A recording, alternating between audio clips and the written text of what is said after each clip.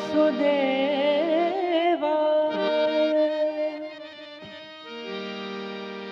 हरे परमात्मने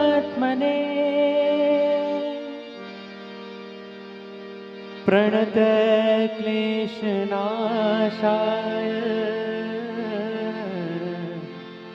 गोविन्दाय नमो नमः।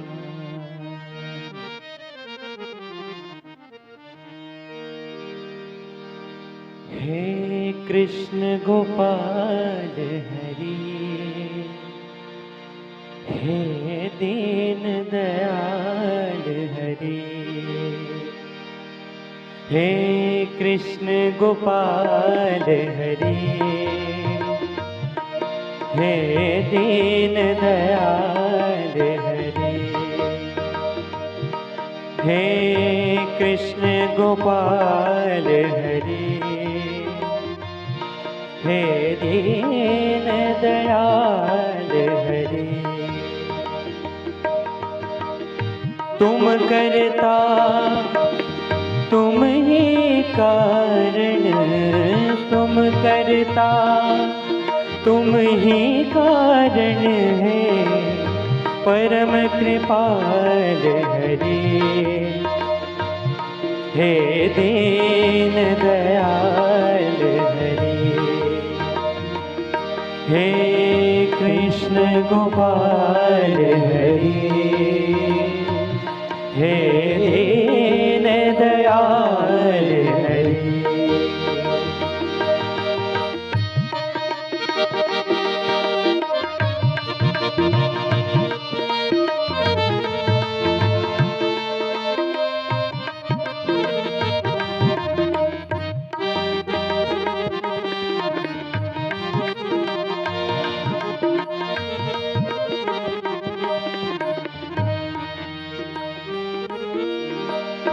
रथ हाके रण भूमि में और कर्म योग के मर्म बताए। रथ हाके रण भूमि में और कर्म योग के मर्म बताए। अजर अमर है परम तत्व यूं, काया के सुख दुख समझाए। अजर अमर है परम तत्व यूं, काया के सुख दुख समझाए। सखा सारथी शरणागत के, सखा सारथी शरणागत के, सखा सारथी शरणागत के, सदा प्रतिपाल हरि, हे दीन दयाल हरि, हे कृष्ण गोपाल हरि, हे दीन दयाल हरि।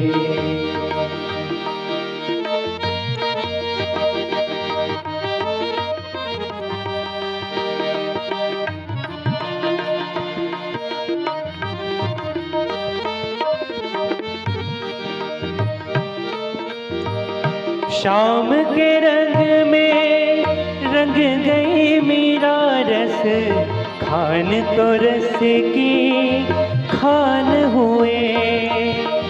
शाम के रंग में रंग गई मीरा रस, खान तो रस की खान हुए। जग से आंखें बंद करी तो सूरदास ने दर्श किए। जग से आंखें बंद करी तो सूरदास ने दर्श किए। मात यशोदा ब्रज नारी के, मात यशोदा ब्रज नारी के। हे मात यशोदा ब्रज नारी के, माखन चोर हरे। हे दीन दयाल हरे, हे कृष्ण गोपाल हरे। हे दीन दयाल हरे, हे कृष्ण गोपाल हरे। हे दीन दयाल हरे,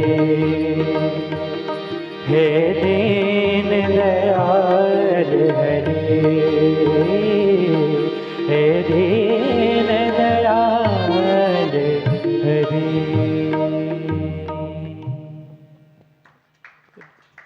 श्री ऋत्विक राजपूत द्वारा सुंदर भजन की प्रस्तुति दी गई। इस बीच एक जानकारी आपके साथ साझा करना चाहता हूँ। कल विराम दिवस होगा, किंतु अत्यंत हर्ष का विषय है कि दिनांक 4 तारीख को भी स्वामी जी हमारे बीच हैं। तो इस हेतु सायंकाल 6 बजे आदरणीय पंडित भवानी शंकर जी शर्मा के निवास पर एक जिज्ञासा गोष्ठी का आयोजन है। तो जो भी जिज्ञासु इन 2 दिनों में अपने प्रश्न एक पर्ची पर लिख करके आप हमें दे देंगे, हम तक पहुंचा देंगे, तो पूज्य स्वामी जी उस 4 तारीख को जिज्ञासाओं का समाधान करेंगे सायंकाल 6 बजे आदरणीय पंडित भवानी शंकर जी शर्मा के निवास स्थान पर। आइए अब हम प्रवचन की ओर गति करें। सादर आग्रह पूज्य स्वामी जी। नारायण नारायण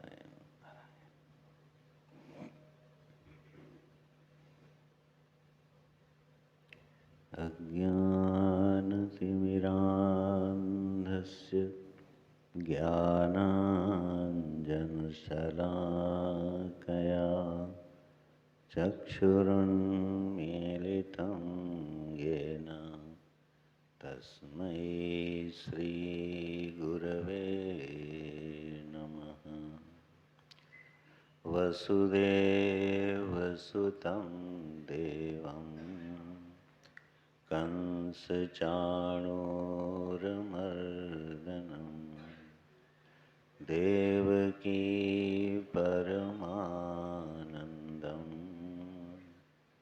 कृष्णं वन्दे जगद्गुरुं।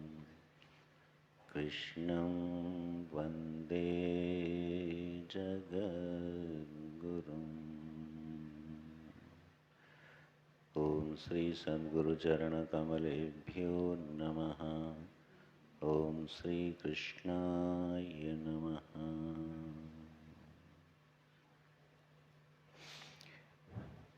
महापुरुषों के अनुग्रह, गुरुजनों की कृपा, माँ नर्मदा का आंचल और उनका पवित्र पावन तट, हम लोग इस गीता जयंती के अवसर पर आयोजित त्रिदिवसीय सत्संग में गोविंद के जो वचन हमको गीता जी के रूप में प्राप्त हैं, उनका यथामति हम लोग अनुशीलन, मंथन, चिंतन करने का प्रयास कर रहे हैं। श्रीमद् भगवद गीता हमारे जीवन का, हमारी संस्कृति का अभिन्न ग्रंथ है। समस्त वेदों में, श्रुतियों में जो सार वस्तु निकलती है, वह भगवान ने अर्जुन को निमित्त बनाकर और उसको अत्यंत सरल और जीवनोपयोगी बनाकर करुणामय परमात्मा श्री कृष्ण ने हम जीवों पर कल्याण करने के लिए यह अमृतमय वचन बोले। तो हम लोग कुछ बिंदुओं पर विचार कर रहे हैं। कल हम लोगों ने अर्जुन के उस प्रश्न पर विचार किया जो प्रवृत्ति और निवृत्ति के संदर्भ में भगवान ने उसका उत्तर दिया।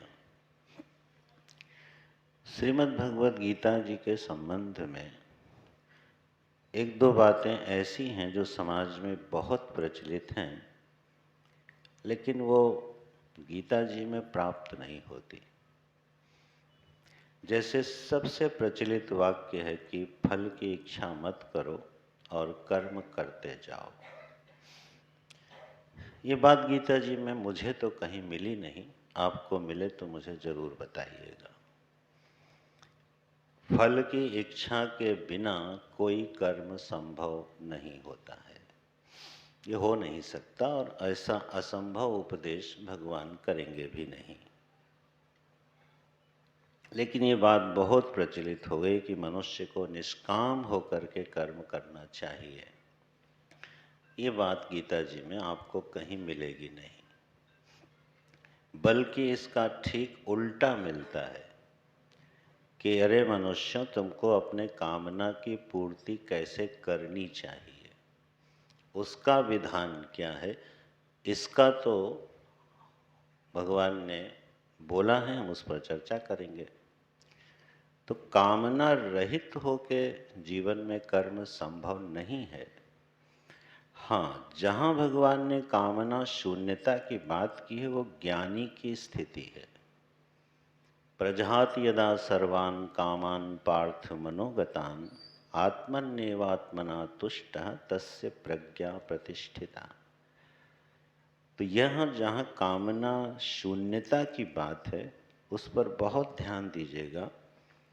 जीवन में जो कामनाएं हैं ना, वो कब खत्म होती हैं? जब हमारी धर्म सम्मत कामनाएं पूरी हो जाएं, निषिद्ध कामनाओं का हम विवेक से परित्याग कर दें और ईश्वर भक्ति में, ईश्वर दर्शन में, आत्मज्ञान की परम स्थिति में हमको ऐसे महानंद की प्राप्ति होती है कि फिर वहाँ अन्य कामनाओं की आवश्यकता नहीं होती है। तो यतः सर्वतः संप्लुतोदके यावान अर्थ उदपाने, आप दूसरे अध्याय में पढ़िएगा। जैसे छोटे छोटे ताल तलैये होते हैं ना, वो सबकी प्यास बुझाते हैं, लेकिन जब बाढ़ आती है तो उस बाढ़ में सारे छोटे छोटे ताल तलैये तालाब ढक जाते, उस बाढ़ में डूब जाते हैं। इसी तरह हमारी छोटी छोटी कामनाएं जब भगवान की भक्ति का आनंद और आत्मज्ञान का परमानंद जब किसी को उपलब्ध होता है तो उस बाढ़ में सारी कामनाएं डूब जाती हैं। तो कामना का निषेध गीता में बिल्कुल नहीं है, इसको ध्यान से ग्रहण कीजिएगा। बल्कि धर्मा विरुद्धो कामोस्मि भरतर्षभ, 10वें अध्याय में भगवान कहते हैं कि धर्म से जो विरुद्ध नहीं है अर्जुन, वो कामना मैं हूँ। कामना को अपनी विभूति बनाया है, तो कामना को इतनी गाली नहीं देनी चाहिए, इच्छाओं का सम्मान करना चाहिए और उनको धर्म सम्मत भगवान के बताए तरीके से पूरा करना चाहिए। नहीं तो ये उपदेश केवल बोलने भर का रहेगा, जीवन में पूरा कभी होने वाला नहीं है। अगर एक ब्रह्मचारी विद्या अध्ययन की कामना न करे तो क्या वो विद्वान बनेगा? एक गृहस्थाश्रम में धनी होने की कामना न करे, एक व्यापारी धनी होने की कामना न करे तो क्या वो व्यापार करेगा? एक वानप्रस्थी तपस्वी होने की कामना न करे तो क्या तपस्या करेगा? अगर हमारे मन में गीता जी के विचारों को आप तक पहुंचाने की और भगवान का सत्संग करने की इच्छा न हो तो क्या मैं यात्रा करके यहाँ तक आऊँगा? कामना के बिना कोई भी कर्म संभव नहीं है। तो ये बात जब निश्चित है कि कामना के बिना संभव नहीं है, तो उस कामना का स्वरूप क्या है और उस कामना को पूरा कैसे करना चाहिए, ये विधि कहाँ है गीता जी में? तो तीसरे अध्याय में ही भगवान कहते हैं, सह यज्ञाः प्रजा सृष्ट्वा पुरोवाच प्रजापति अनेन प्रसविष्यध्वम एष वोस्तुष्ट कामधुक्। अरे मनुष्यों, जब मैंने इस सृष्टि को बनाया और मनुष्यों की रचना करी तो मैंने उनको यज्ञ भावना से ओतप्रोत होके बनाया, उनमें यज्ञ भावना डाली। और हे मनुष्यों, इसी यज्ञ भावना के द्वारा, अनेन यज्ञ भावनया, इसी यज्ञ भावना के द्वारा तुम उन्नति को प्राप्त हो, प्रसविष्यध्वम, और जो तुम चाहते हो, इष्ट काम दुख, जो तुम्हारी इच्छा हो वो तुम पा सकते हो, कोई निषेध नहीं है। जो तुम चाहते हो, जो तुम बनना चाहते हो, जो तुम भोगना चाहते हो, वो तुम प्राप्त कर सकते हो। मैंने इसीलिए इस दृष्टि से तुमको बनाया है। आप लोगों ने कभी रुद्राभिषेक किया होगा। रुद्राभिषेक में नमकम और चमकम का पाठ होता है। चमक माने चमे चमे चमे आता है। वो चमे चमे क्या है? 362 कामनाओं का उल्लेख है। ऋषि कहता है, धनम चमे, प्रिया चमे, भार्या चमे, पौत्रम चमे, पुत्रांश चमे, शमस चमे, दमस चमे, प्रियस चमे। आप सोच नहीं सकते, इतना तो हम मांग भी नहीं सकते। 362 के लगभग वो वेद में कामनाएं आई हैं जो ऋषि प्रार्थना करता है, प्रभु हमको दो, हमारे पास ये आने दो। तो जीवन के इस सत्य को जरा स्वीकार करना चाहिए कि हमारे अंदर कामना है तो हम पूरी कैसे करें। अब ये विधि हमको सीखनी है गीता जी से कि वो कामना पूरी कैसे की जानी चाहिए। उसका जो भगवान ने उपाय बताया है यहाँ, और हमारी जो सोच है उसमें थोड़ा अंतर आ जाता है। मेरे मन में कोई इच्छा है, कामना है, तो मैं क्या करूँगा उसको पूरा करने के लिए? कर्म करूँगा, क्योंकि बिना कर्म के कोई कामना पूरी होती नहीं है। तो हम तत्संबंधी कर्म करते हैं उस कामना को पूरी करने के लिए। और हमारी इच्छा ये होती है कि ये जो कर्म है मेरा सफल होवे और यह काम में वस्तु हम तक पहुँचे। तो जो हमारा पुरुषार्थ है, जो हमारा प्रयत्न है, वह प्रयत्न हमको हमारी कामना तक पहुँचाता हुआ दिखाई देता है। इसलिए हर कामना के पीछे हम कर्म को करते हैं। लेकिन बहुत बार कर्म करने पर भी हमको अपनी काम्य वस्तु की प्राप्ति नहीं होती है। तब हम विचार करते हैं कि ये वस्तु हमें क्यों नहीं मिली। तब कोई कहता है कि शायद मेरे कर्म में कमी रह गई, मेरे प्रयास में कमी रह गई। कोई कहता है नहीं, मेरी किस्मत में ये चीज़ नहीं थी, मेरे भाग्य में नहीं थी, इसलिए मुझे मिली नहीं। परिस्थितियां मेरे प्रतिकूल थीं, इसलिए मैं अपनी कामना को पूरी नहीं कर पाया। हमारी कामना क्यों नहीं सफल हुई? क्योंकि भगवान ने ये कहा, अरे मनुष्य, मैंने तुमको यज्ञ भावना से कर्म करने के लिए कहा है। अब ये यज्ञ भावना क्या है? कर्म करते समय ये जो यज्ञ भावना है, यज्ञ का जो मूल स्वर है, जो उसका मूल क्रिया है, वो है स्वाहा। अच्छी से अच्छी वस्तु को, संविधा को, द्रव्य को हम अग्निदेव को समर्पित करते हैं और स्वाहा बोलते हैं। तो उसमें घृत है, शर्करा है, सुंदर दिव्य पदार्थ हैं, वो हम अग्निदेव को समर्पित कर देते हैं, स्वाहा कर देते हैं। क्यों स्वाहा कर रहे हैं? क्योंकि हमारा ये मानना है कि जब हम ये स्वाहा करेंगे तो उसके बदले में वो देवता हमारी कामना को पूरा करेगा।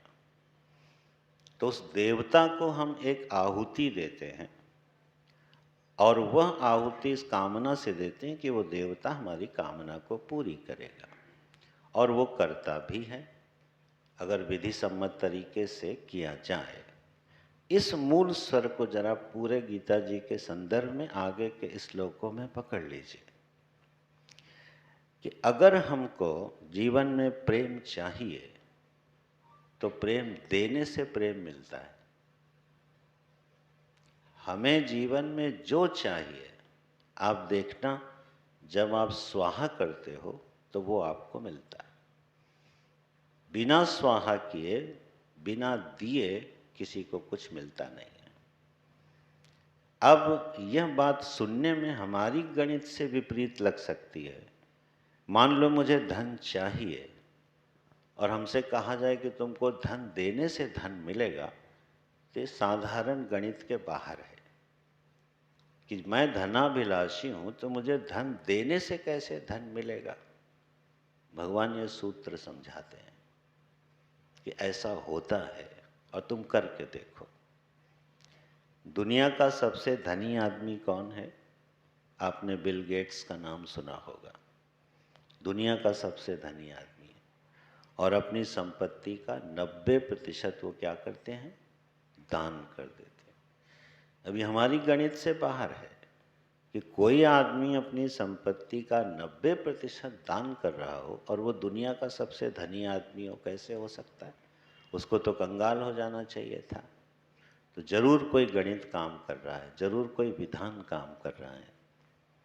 तो एक यज्ञ भावना का अर्थ होता है कि जो चीज हमको चाहिए वो चीज हम दें। और किसको दें? तो भगवान कहते हैं देवताओं को दो। अब भाई देवताओं को देने कहाँ जाएं?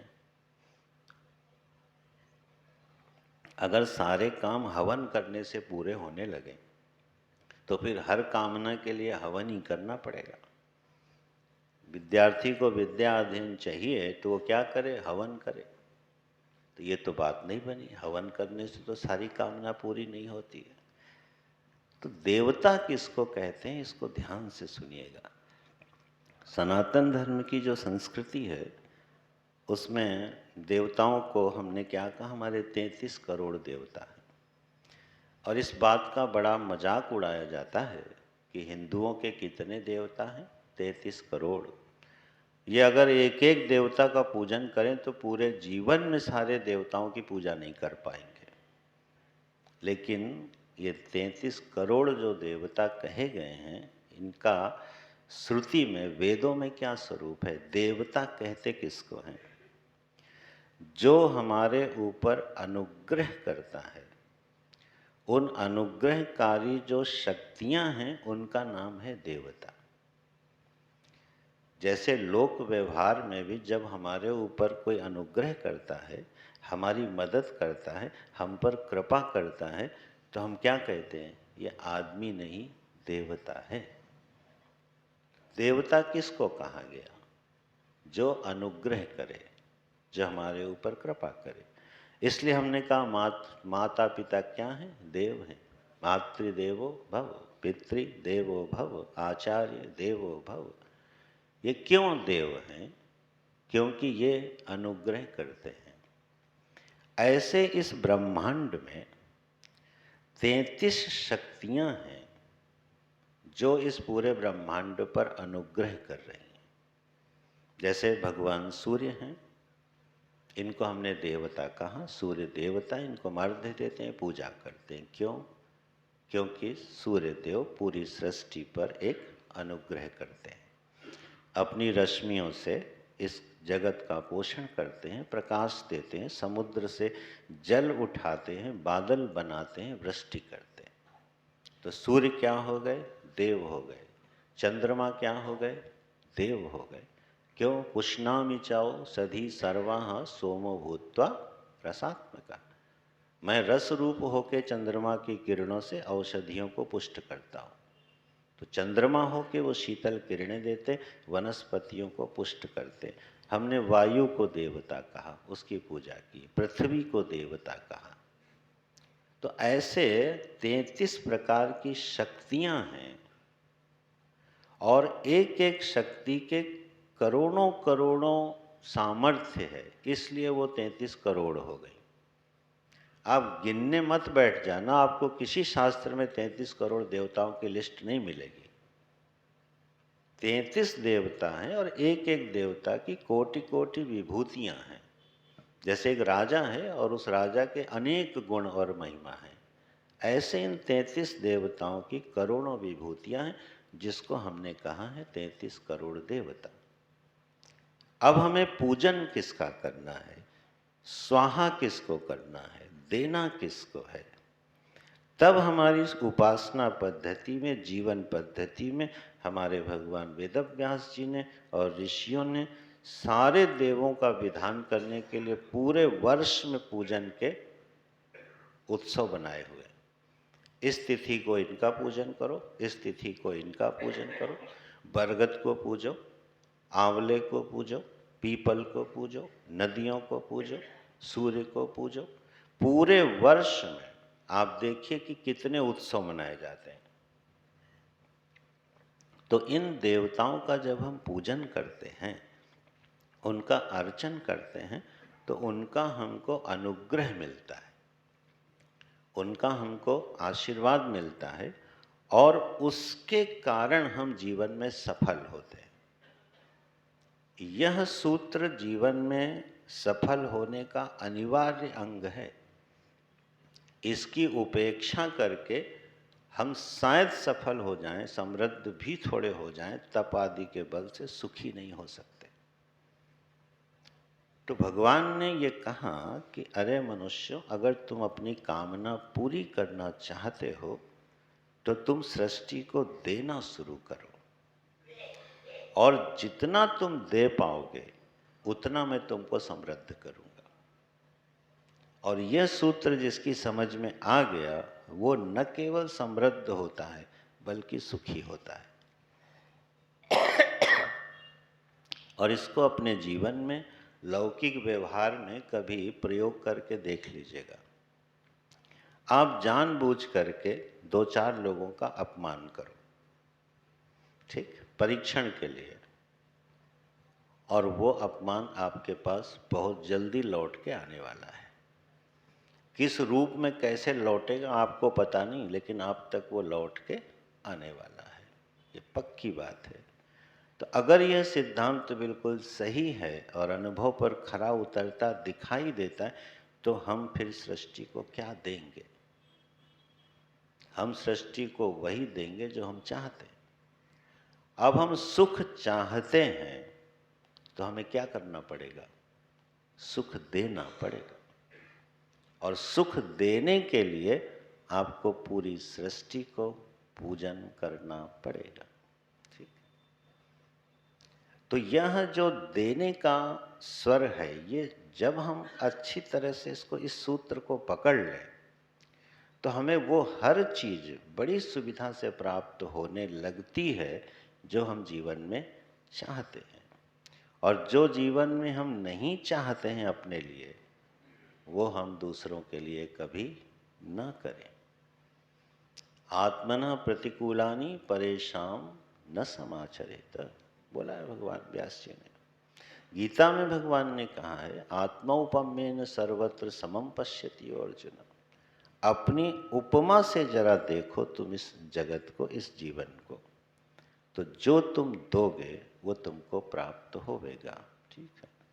तो परिश्रम, जो हमारे प्रयत्न हैं, और अनुग्रह, जब ये दोनों मिलते हैं, तब हमको जीवन में वो हर चीज मिलती है जो हम चाहते हैं।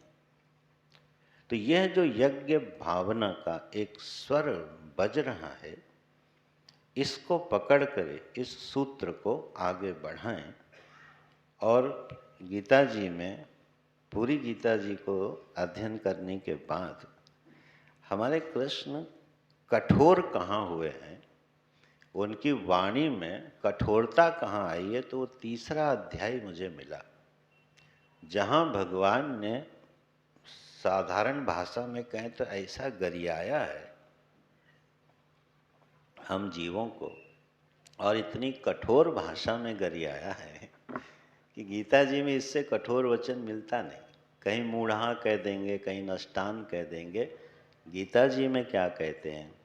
अरे मनुष्यों, जो कुछ हमने तुमको दिया, अगर तुमने देवताओं को अर्पित किए बिना उसको खा लिया तो तुम चोर हो।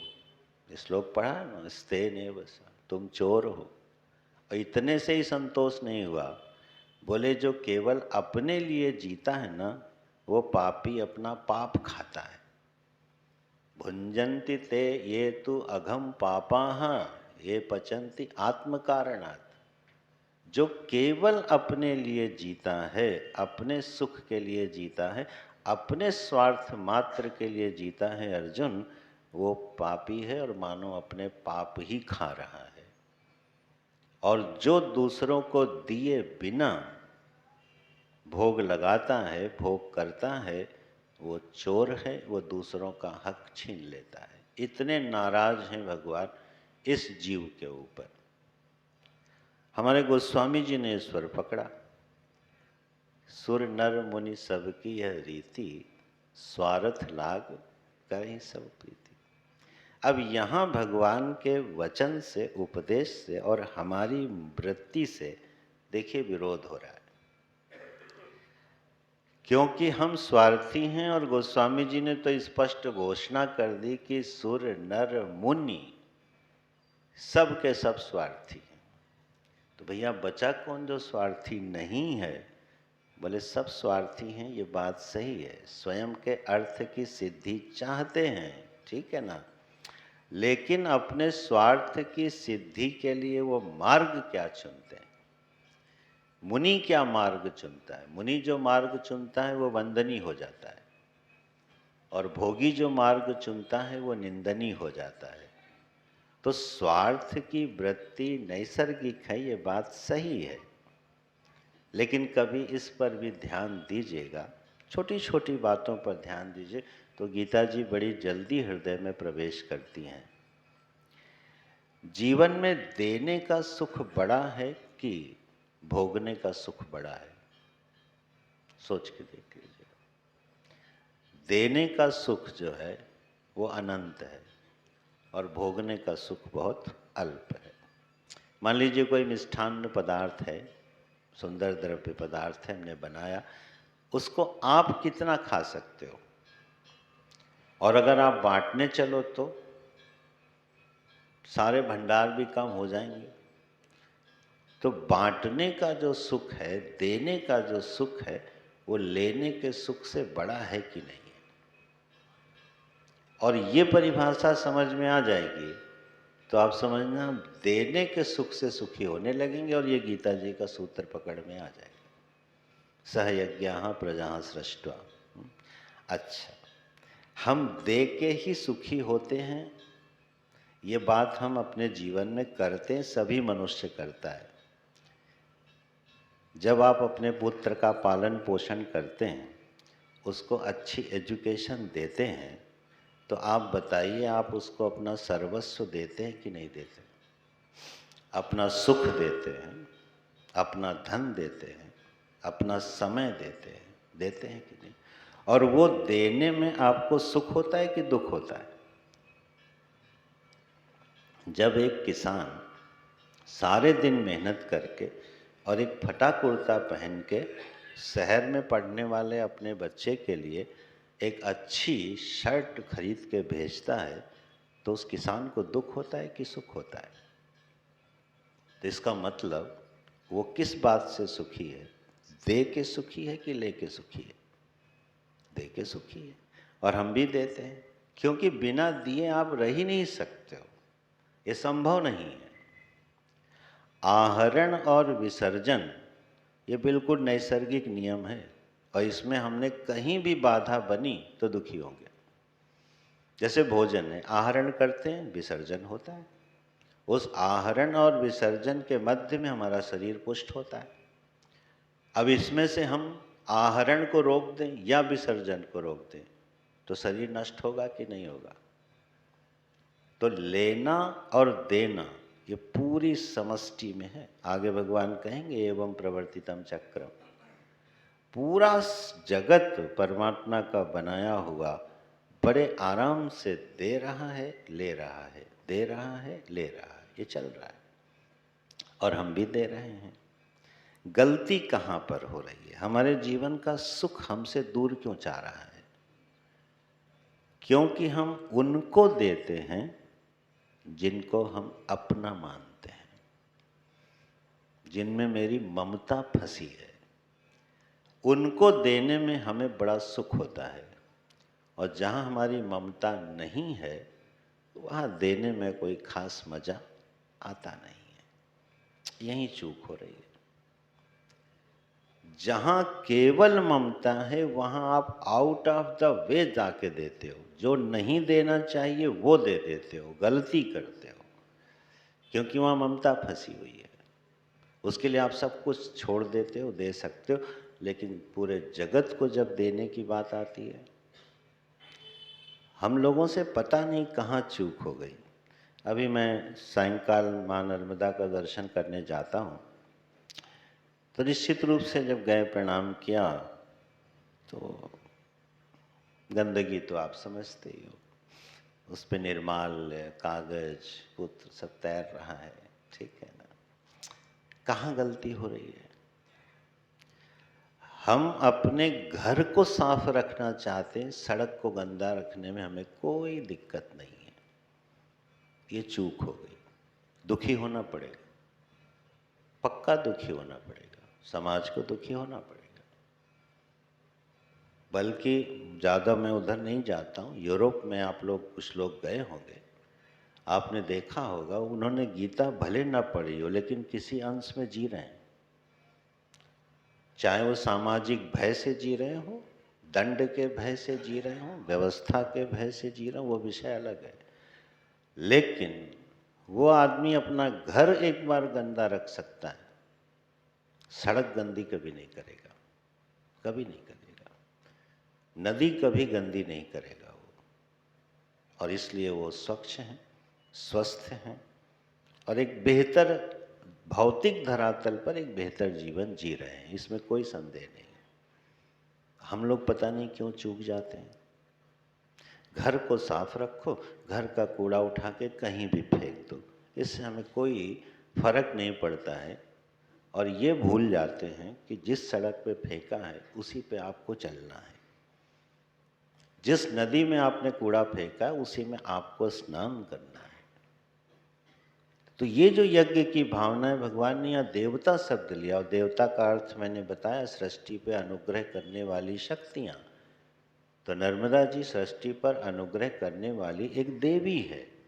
हमने पूजा तो करी, स्वच्छ नहीं रखा, और उसका परिणाम हमारे सामने है, दुनिया के सामने है।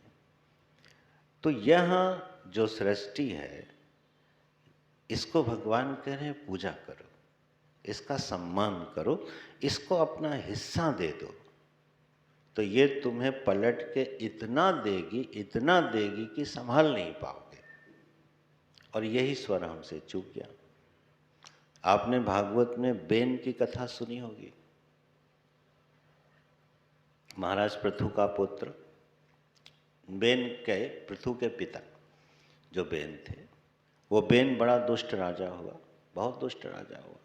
तो जब महाराज पृथु का, भगवान पृथु का जब अवतार हुआ, तो उन्होंने देखा कि ये जो पृथ्वी है, ये सारी अन्न धान्य संपदा को अपने अंदर समेट के बैठी और हमारी प्रजा भूखों मर रही है। तो वो धनुष बाण लेके उद्यत हो गए कि इस पृथ्वी के मैं टुकड़े टुकड़े कर दूंगा, ये दुष्टा अपने गर्भ में सब छिपाए बैठी और हमारी प्रजा भूखों मर रही है। तब पृथ्वी देवी उपस्थित हुई और उनसे विनती करती हैं, भगवान जब मेरे ऊपर बहुत अधर्म का शासन हो गया तो मुझे मजबूर होकर अपनी संपदा छिपानी पड़ी।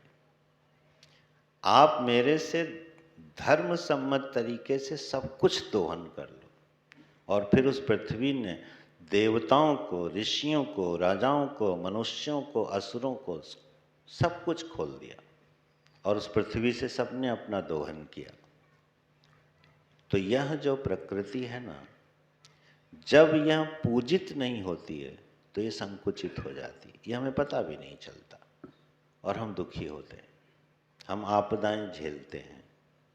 अरे बिल्कुल सामान्य तरीके से समझिए कि कोई महापुरुष हो और उसकी अनुग्रह दृष्टि सब पे समान रूप से है, लेकिन जो उसकी सेवा करता है उस पर विशेष अनुग्रह होता है कि नहीं होता। पिता की दृष्टि सभी पुत्रों पर समान है, लेकिन वह पुत्र जो पिता का ध्यान रखता है, उनकी सेवा करता है, वो अपने पिता से अधिक स्नेह और संपत्ति पाता है कि नहीं पाता। और यही तो पूरी प्रकृति का राज है कि ये सारी सृष्टि हमसे अपेक्षा करती है सम्मानित होने की, पूजित होने की, और फिर बदले में वो हमको सुख और समृद्धि देती है। यही है अनेन प्रसविष्यद्धम वो अस्तु इष्ट कामधुक्, ये सूत्र है गीता का। जो चाहिए तुमको, ऐसी समृद्धि जो हमने कभी सुनी भी नहीं होगी, वो हमको प्रकृति दे सकती है। ये वसुंधरा दे सकती है, जगत दे सकता है, भले हम उसका सम्मान करें, उसकी इज्जत करें, उसकी पूजा करें, उसकी आराधना करें। प्रहलाद जी ने भगवान की एक बड़ी सुंदर स्तुति करी। स्तुति में उन्होंने एक बात बोली, बहुत प्रिय है मुझे।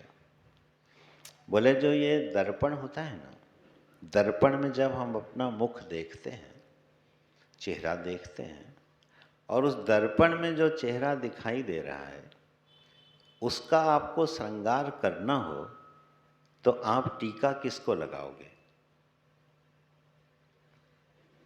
टीका अपने आप को लगाओगे ना। जब अपने मस्तक पर टीका लगाओगे तो वो टीका कहाँ लगा दिखाई देगा? दर्पण में जो चेहरा है उसका श्रृंगार हो जाएगा। ठीक है ना? हम लोग छाया हैं प्रभु की। अपने को सजाना है तो किसको सजाना पड़ेगा? प्रभु को, क्योंकि हम उनकी छाया हैं, हम उनके दर्पण में दिखने वाले चेहरे हैं। हमको सजाना पड़ेगा प्रभु को, और बदले में सजेगा कौन? हम। तो प्रहलाद जी की ये स्तुति है भागवत में। और हम अगर दर्पण वाले चेहरे को सजाने की कोशिश करें तो आप सजा पाओगे कभी? कभी नहीं। तो ये जो विराट है ना, जब इस विराट का श्रृंगार किया जाता है तो सजता कौन है? मनुष्य सजता है, हम सजते हैं। और बस यही सूत्र पकड़ना है कि देने से चीज़ें मिलती हैं, छीनने से चीज़ें नहीं मिलती हैं। ये तो मैं भौतिक वस्तुओं की बात कर रहा हूँ, आप जरा आत्मीय रिश्ते की बात करो। कोई व्यक्ति किसी से प्रेम छीन के ले सकता है क्या? आदर छीन के ले सकता है क्या? किसी को भय दिखा के सम्मान ले सकता है क्या? कोई नहीं ले सकता। बड़े से बड़ा सम्राट भी नहीं ले सकता। आप ये आदेश घर में पारित करो, घर का हर सदस्य मुझसे प्रेम करेगा, नहीं तो उसका भोजन पानी बंद। करेगा प्रेम आपसे कोई? रिश्ते कैसे संभलेंगे? जब आप प्रेम दोगे तो आपको प्रेम मिलेगा, जब आप सम्मान दोगे तब आपको सम्मान मिलेगा, और अगर नहीं दोगे भैया तो बात बनेगी नहीं। और यहाँ हम ये चूक करते जाते हैं। हम सुखी हो लें, दूसरा दुखी हो जाए तो हो जाए, हमें फर्क नहीं पड़ता, मैं सुखी हो जाऊं, हो ही नहीं सकते। ये तरीका ही सुखी होने का नहीं, बल्कि भगवान तो बहुत नाराज हैं ऐसे व्यक्ति के ऊपर जो इस रीति से जीता है या सफल होना चाहता है। वो चोर है, वो पापी है, वो पाप खाता है, ऐसी कठोर भाषा बोली गई है उसके लिए। तो भैया ये हम लोगों को समझ लेना चाहिए कि जीवन में सुख चाहिए तो बिना दिए कभी मिलेगा नहीं। मैं आपको एक बड़ा छोटा सा दृष्टांत दे रहा हूँ।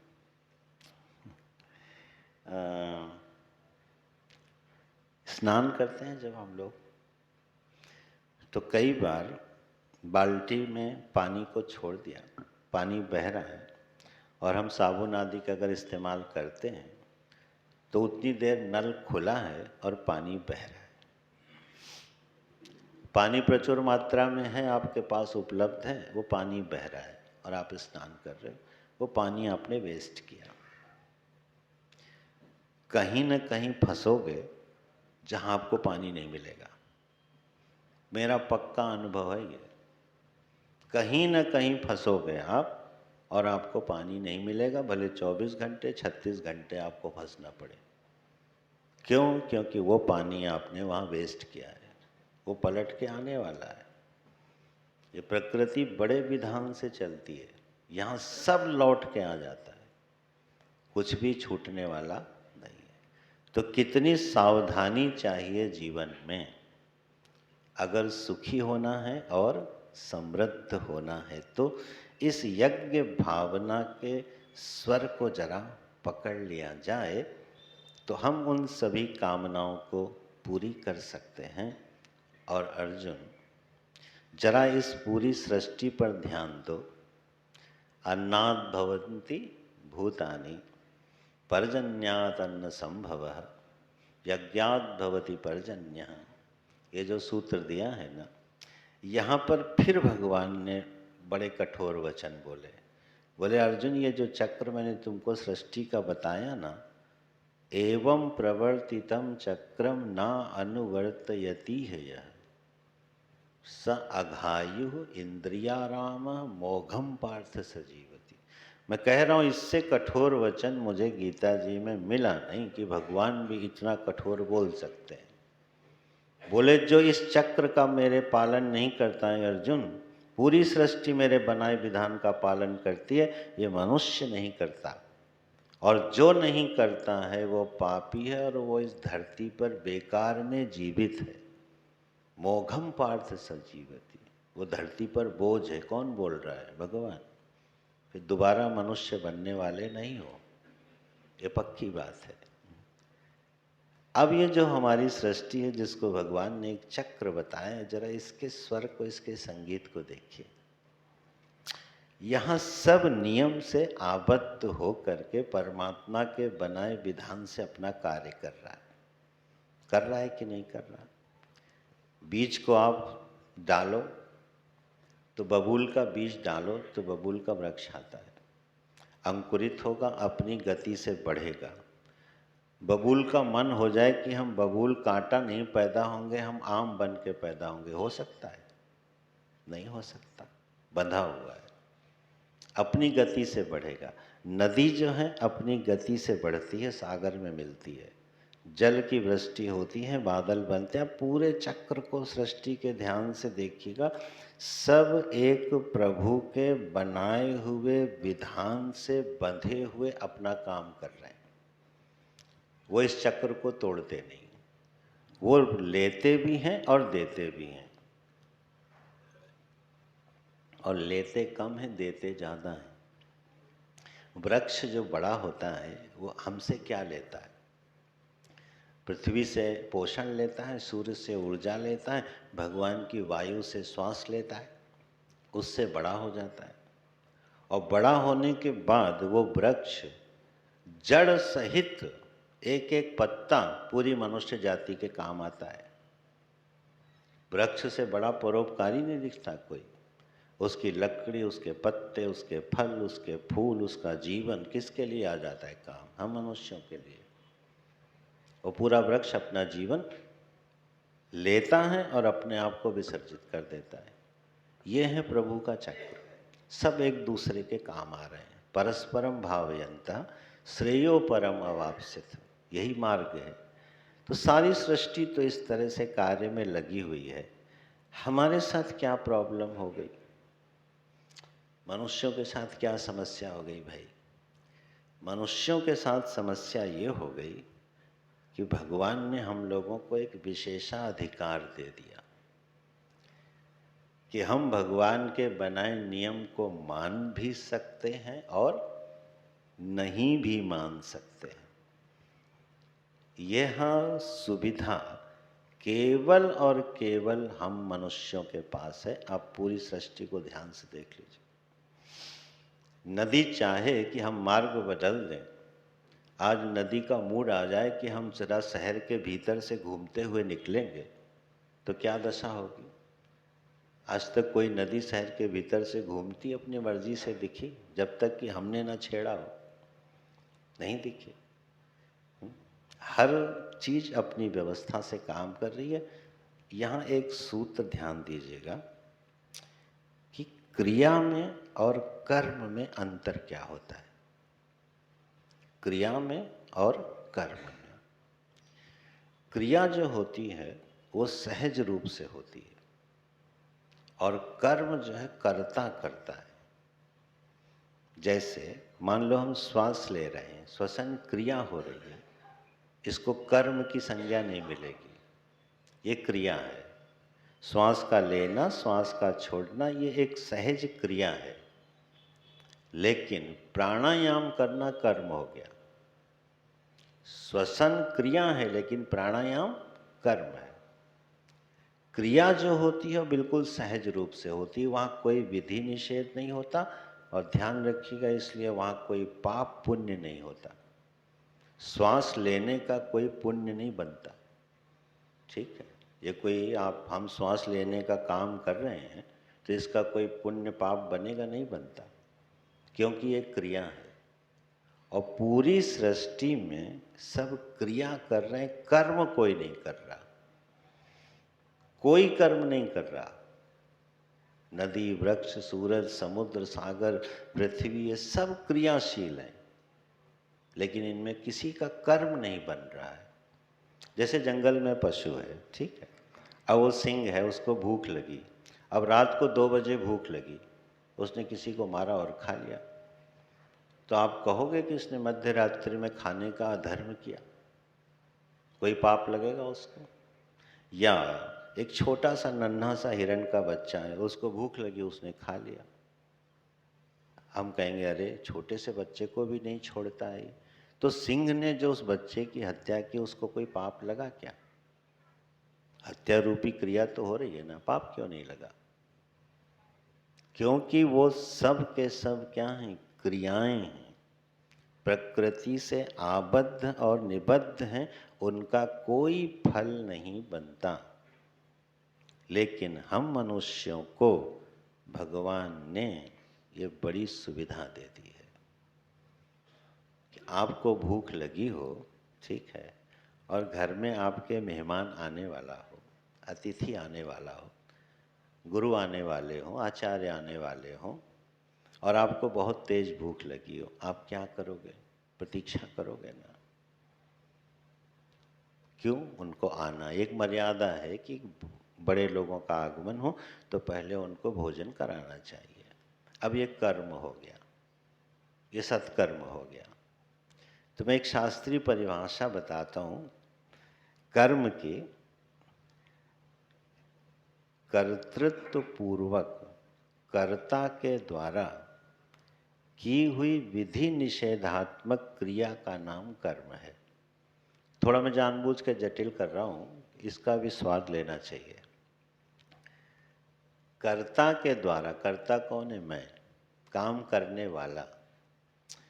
मैं कर रहा हूँ इस भावना से, और ये मुझे करना चाहिए, ये मुझे नहीं करना चाहिए, इस विधान से जो भी हम क्रिया करते हैं उसका नाम होता है कर्म। और वही कर्म हमारे जीवन में फल बन के प्रकट होता है। इसलिए मनुष्य को भगवान ने जो यह विशेष सुविधा दी है, इसके कारण हम मनुष्य इस संसरण से, इस सृष्टि के चक्र से बियॉन्ड टाइम एंड स्पेस जा करके ईश्वर की खोज कर सकते हैं, ज्ञान और विज्ञान को विकसित कर सकते हैं, कलाओं का विकास कर सकते हैं। ये काम और कोई पूरी सृष्टि में करता नहीं है। ज्ञान, विज्ञान और कलाओं का विकास पूरी सृष्टि में मनुष्य को छोड़ के कोई नहीं करता है, हम मनुष्य ही करते हैं ना। तो यह जो सुविधा भगवान ने दी है, इसका जब हम दुरुपयोग करते हैं तो हम होते हैं दुखी। और भगवान कहते हैं तुमको मैंने शायद गलती से मनुष्य बना दिया, अब अगली बार नहीं बनाऊंगा।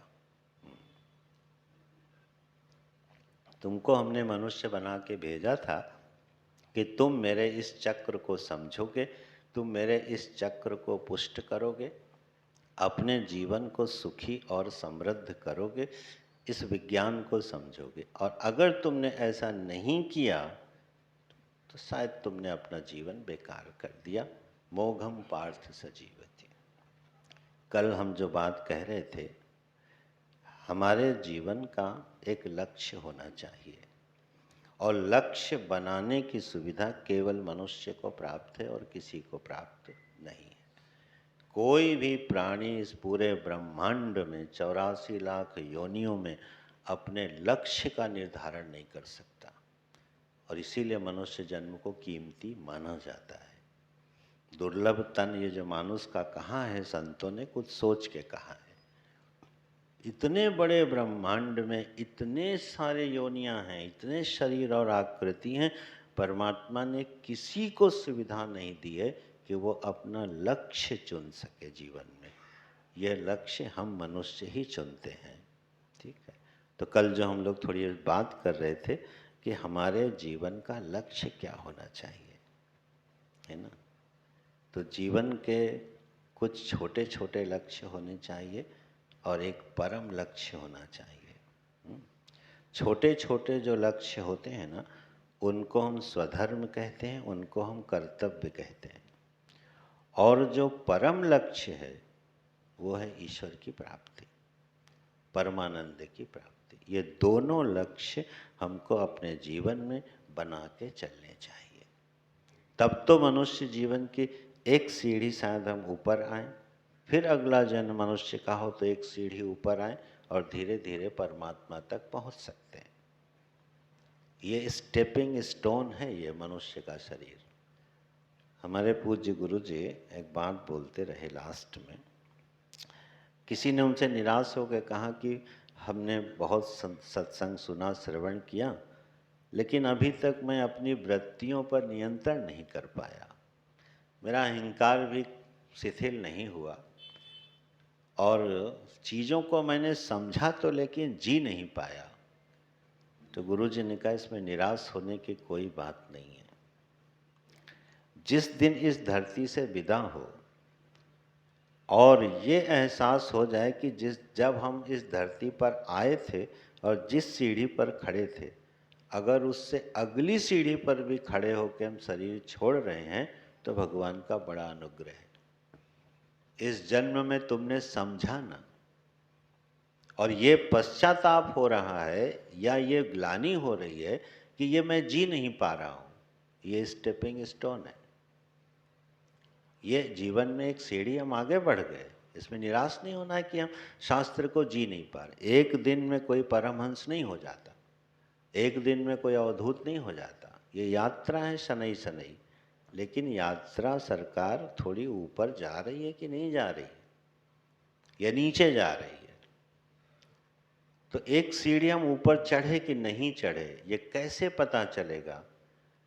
जिस दिन हम गलत चीज़ों को सही मानने लगेंगे, उस दिन समझना हमने अपने जीवन की अधोगति का मार्ग खोल दिया। ठीक है, जैसे सत्यम ब्रूयात प्रियम ब्रूयात, व्यक्ति को सत्य बोलना चाहिए, मीठा बोलना चाहिए, एक वैल्यू सिस्टम है। ठीक, हमने व्यवहारिक दुनिया में जिया और हमने कहा झूठ बोले बिना तो काम चलता नहीं। ये दुनिया झूठों की है और झूठे लोग ही यहाँ सफल होते हैं। जो अधर्मी हैं, जो पापी हैं, जो दुष्ट हैं, वही सुखी हैं। जो झूठ बोलते हैं वही तरक्की करते हैं, जो चमचागिरी करते हैं वही आगे बढ़ते हैं। ये हमारा अनुभव है। शास्त्र कहता है नहीं, जो त्याग करता है, जो ईमानदारी से रहता है, जो सत्य बोलता है, जो धर्मनिष्ठ होता है, वो सुखी होता है। हमारा अनुभव कह रहा है कि नहीं, जगत ऐसा नहीं है, हमने बहुत देखा है। और अगर आपने ये वैल्यू सिस्टम बना लिया कि झूठ बोलने से ही तरक्की होती है, आप अपनी सीढ़ी से नीचे गिर गए। मैं सच नहीं बोल पा रहा हूं, लेकिन सच बोलना ही जीवन का आदर्श है, ये बेहतर स्थिति है। एक ना एक दिन सच बोलने के धरातल पे हम खड़े हो जाएंगे। हमको ये लगना चाहिए कि संयम से जीने में सुख है, एक तपस्वी जीवन जीने में सुख है। हाँ, मैं नहीं जी पा रहा हूं, तो आज नहीं जी पा रहा हूं, कोई बात नहीं, कल जीऊंगा, परसों जीऊंगा, एक ना एक दिन आप जी लोगे। लेकिन जिस दिन आपने एक्सेप्ट कर लिया ये दुनिया बेईमानों की है और यहाँ अधर्म की जीत होती है, आप सीढ़ी से नीचे चले गए। बस अब आप आपके जीवन में झूठ और अधर्म प्रवेश कर जाएगा और आपको कोई ग्लानि होने वाली नहीं है। और जिस दिन अपने गलत कर्मों में, गलत सिद्धांतों में, शास्त्र विरुद्ध सिद्धांतों में कार्य करते समय आपको ग्लानि का भी अनुभव होना बंद हो जाए, तो समझना पतन की यात्रा शुरू हो गई है। तो जो वैल्यू सिस्टम है, जो सिद्धांत हैं, वही श्रेष्ठ हैं। भगवान ने जो बात गीता में कही, वेदों में जो बात आई है, सत्य तो वही है। एक दिन भगवान कृपा करेगा, हम भी जी लेंगे, हमारे जीवन में भी आ जाएगा। हम भी यज्ञ दान तब करेंगे, भले हरिश्चंद्र जैसा न करें, थोड़ा तो करेंगे, तो एक दिन हरिश्चंद्र जैसा करेंगे, थोड़ी तो तपस्या करेंगे। तो जीवन में जो सुख आता है वो इन्हीं वैल्यूज से आता है। ये आपको सब गीता जी में मिलेगा।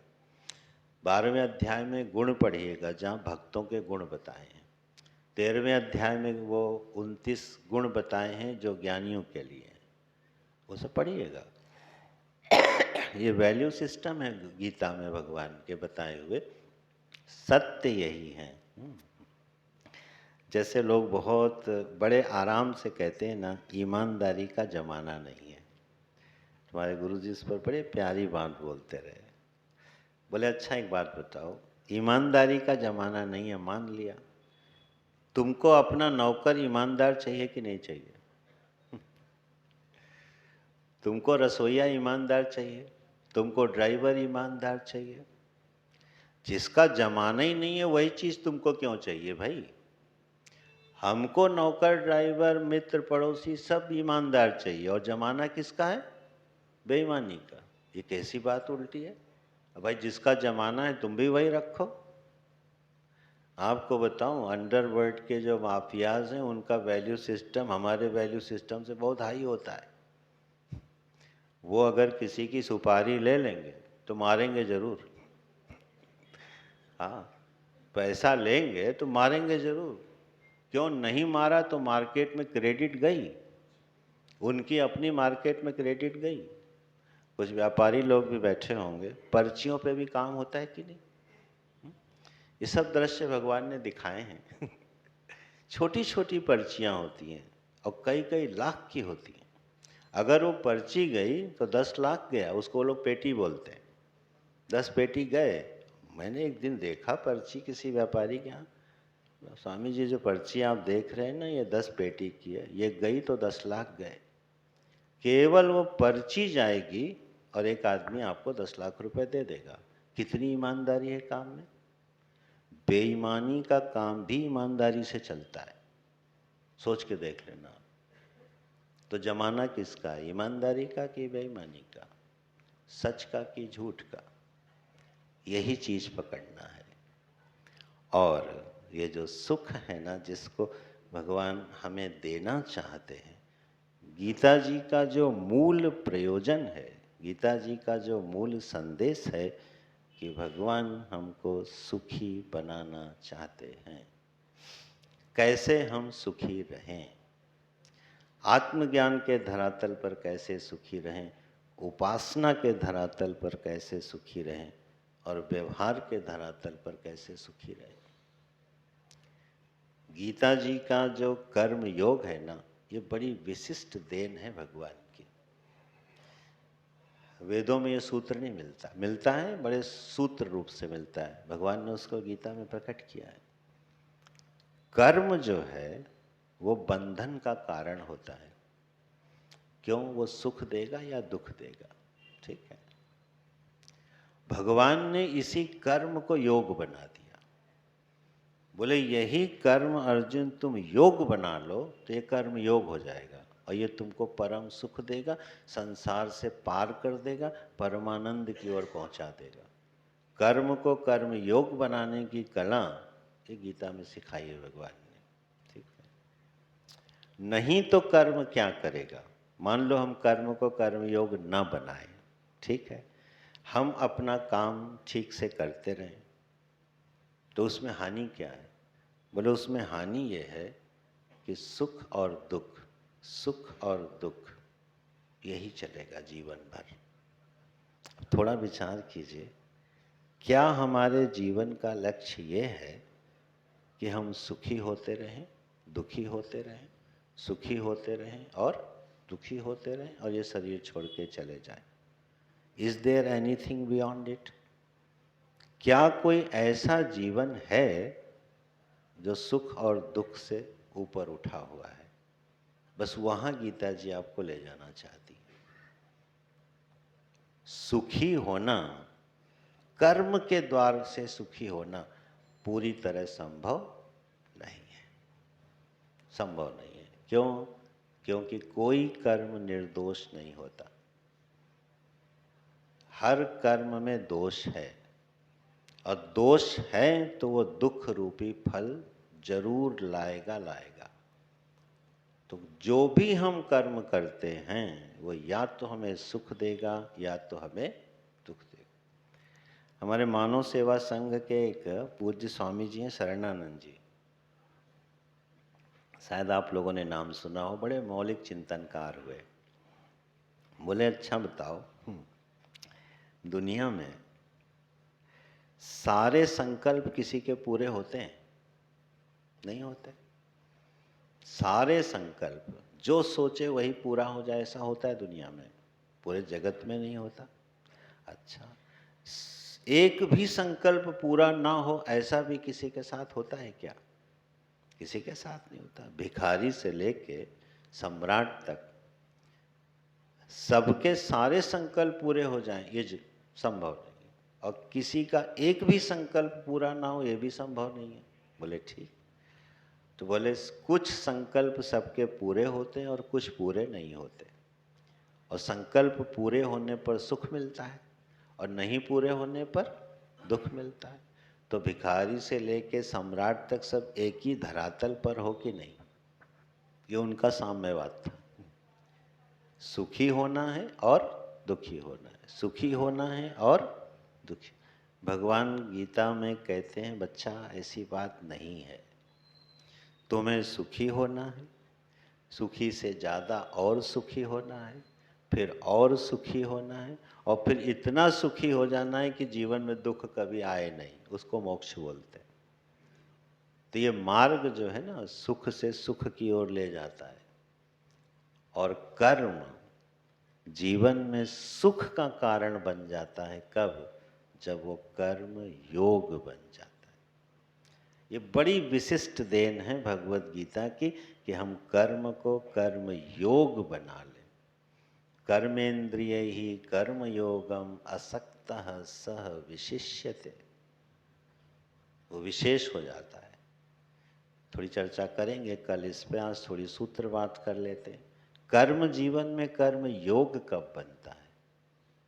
भगवान के बताए हुए सूत्रों से, रास्ते से कर्म कर्म योग कब बन सकता है? तो बोले क्या बताए हैं प्रभु ने भाई, कर्म कर्म योग कब बनता है?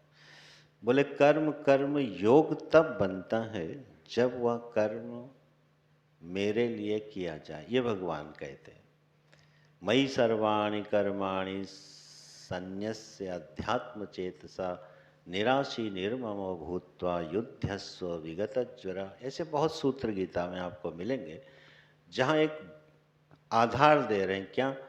अरे मनुष्यों, जीवों, ये तुम कर्म ना मेरे लिए करो। अब ये बात सीधी सीधी क्या समझ में आती है? कर्म हम प्रभु के लिए करें, ये बात कैसे समझाए? कौन सा कर्म हम प्रभु के लिए कैसे कर दें? और हमको कैसे पता चले कि काम हमने प्रभु के लिए किया है? तो पहला इसका विश्लेषण करना चाहिए।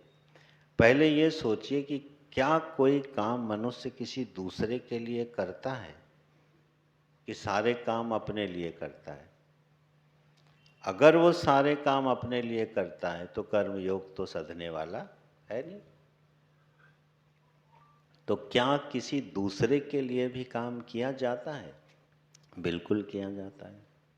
जैसे अभी हमने कहा, जिससे हमें प्रेम होता है हम उसके लिए काम करते हैं कि नहीं करते? करते हैं कि नहीं करते? और ऐसा करके सुखी होते हैं कि नहीं होते? जो घर का मुखिया है, जो दिन भर कमाता है, किसके लिए कमाता है? परिवार के लिए। तो अब परिवार के लिए काम कर रहा है कि नहीं कर रहा है वो? और ऐसा करके सुखी भी हो रहा है? बस भगवान कहते हैं इसी सूत्र को पकड़ो, तुम यह काम करो विराट के लिए, तुम यह काम करो मेरे लिए।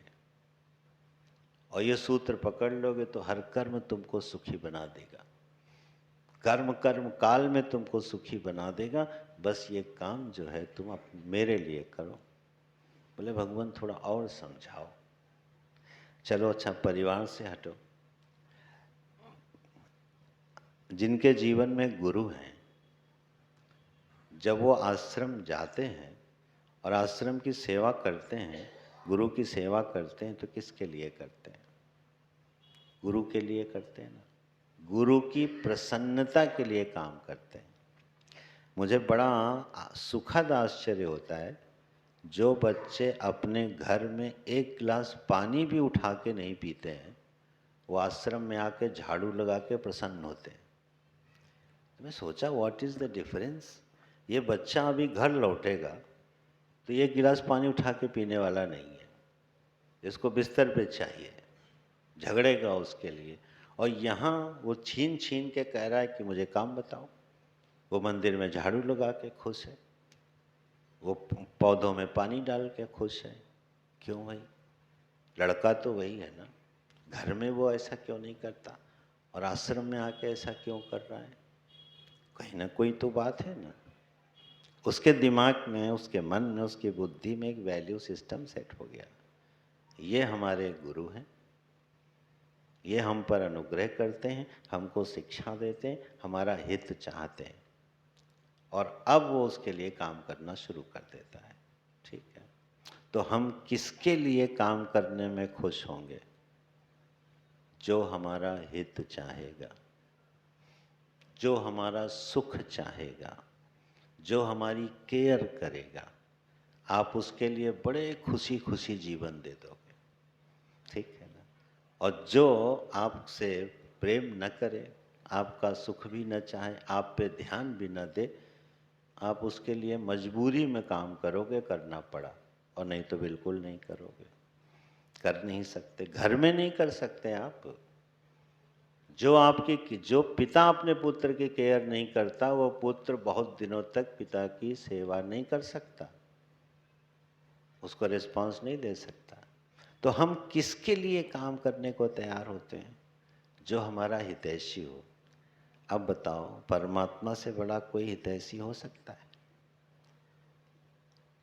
भोक्तारम यज्ञ तपसाम सर्वलोक महेश्वरम सुहृदम सर्वभूतानाम ज्ञात्वा शांति मृक्षति। ये परिचय दे रहे हैं भगवान। अरे अर्जुन, मैं तुम्हारा सुहृद हूँ। सुहृद उसको बोलते हैं जो उपकार की अपेक्षा किए बिना उपकार किए चला जाए, उसको सुहृद बोलते हैं। तो भक्ताओं, भगवान हमारे हितैषी हैं कि नहीं है? लेकिन ये ज्ञान हमको है नहीं। जिस दिन ये पता चल जाएगा कि परमात्मा से बड़ा हमारा उपकारी, परमात्मा से बड़ा हमारा हितैषी, परमात्मा से बड़ा हमारा ध्यान रखने वाला कोई नहीं है, उस दिन सारे काम उसके लिए होने लगेंगे और बड़े खुशी खुशी होने लगेंगे और सूत्र मिल जाएगा। और इसकी शुरुआत होती है गुरु स्थान से, जो मेरा अनुभव है। जब हम गुरु स्थान जाते हैं और गुरु की सेवा में रहते हैं, तो तो हमारे गुरु हमारे माता पिता से ज़्यादा हितैषी होते हैं, ज़्यादा हमारे सुहृद होते हैं, हमारे जीवन का कल्याण चाहते हैं। और ये बात हमको हृदय से मालूम चल जाती है कि हमारे गुरु हमारे हितैषी हैं। अब आप देखिए वो कैसे खुश रहें, हमारी सारी चेष्टा ये होती है कि नहीं कि हमारे गुरु दुखी ना हो, हमसे नाराज ना हो, हमसे कोई ऐसा काम ना बन पाए, बिगड़ जाए, कुछ गलत ना हो जाए जिससे हमारे गुरु को चोट लगे, जिससे उनको धक्का लगे। आप ध्यान रखोगे कि नहीं रखोगे? ये कर्म योग हो गया। अच्छा, परमात्मा जिस कर्म से नाराज होता है, क्या हम उसकी चिंता करते हैं? अभी अभी कहाँ, यज्ञ भावना से जीवन जियो, मैं बहुत खुश होता हूँ, नहीं तो तुम चोर हो। हम भी सोचते हैं कहते रहो, गीता में ही तो कहा है। अगर ये बात हृदय में चुभ जाए, छू जाए, दिल में समा जाए कि अगर मैं किसी का अपमान अकारण करता हूँ, अगर मैं किसी को धोखा देता हूँ, इससे मेरे प्रभु नाराज हो जाएंगे, तो मैं वो काम कभी करने वाला नहीं। आप देखिए पूरा जीवन कैसे बदल जाएगा। हमसे कोई अधर्म का कार्य नहीं होगा। बोले प्रभु इस दुनिया में क्या जी पाएंगे? बोले वो चिंता मेरे ऊपर छोड़ो ना। अनन्यास चिंतयन्तो ये माम ये जना पर्युपासते तेषां नित्याभियुक्तानां योगक्षेमं वहाम्यहम्। इससे बड़ा आश्वासन है? अगर हमको लगे कि इस दुनिया में प्रभु हम इस तरह से नहीं जी पाएंगे, कभी हिम्मत नहीं हारना, पीछे मालिक खड़ा है, वो गिरने नहीं देगा, वो टूटने नहीं देगा, बिखरने नहीं देगा, इतना भरोसा रखना। धर्म और सत्य के मार्ग पर चलो, और अगर आप टूट जाओ तो गीता जी को नर्मदा में विसर्जित कर देना, कभी नहीं टूटोगे, पीछे मालिक खड़ा है। और उस रास्ते जब हम चलेंगे तो हम सुख में प्रवेश करेंगे। और ये जो कर्म है ना, ये बोझा नहीं रहेगा, ये प्रभु की सेवा हो जाएगी। इसको कर्म योग कहते हैं। ये जो काम हम कर रहे हैं ना, जब लगने लगे ये बोझा है तो समझना प्रभु से दूर जा रहे हैं।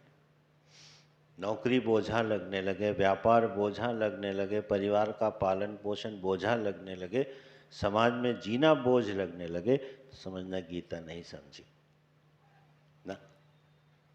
ये बोझ नहीं है। हमारा हर काम जो भी हमको प्रभु ने सामर्थ्य दी है, अगर हम उसकी खुशी के लिए कर पाते हैं, आप सदा प्रसन्न रहोगे, दुखी होने का सवाल ही नहीं उठता। ये कर्म योग का सूत्र है। इसके बहुत आयाम और विश्लेषण हैं। भगवत कृपा से हम लोग कल थोड़ा बहुत चिंतन कर पाए तो इस विषय को बढ़ाएंगे। बहुत महत्वपूर्ण सूत्र है जीवन का।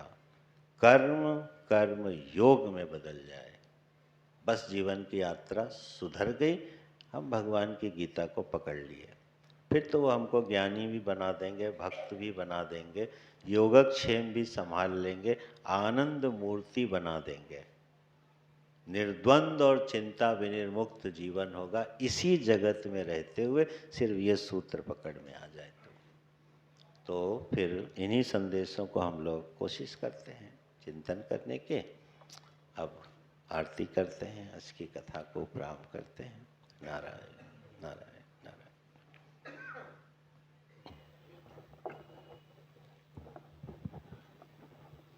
कार्यक्रम के अंतिम चरण में भजनांजलि सादर आग्रह श्री राम भैया और आनंद जी से हम सभी संवेद स्वरों में प्रार्थना करेंगे। उसके पश्चात प्रसाद लेकर ही प्रस्थान कीजिए। सामूहिक प्रार्थना।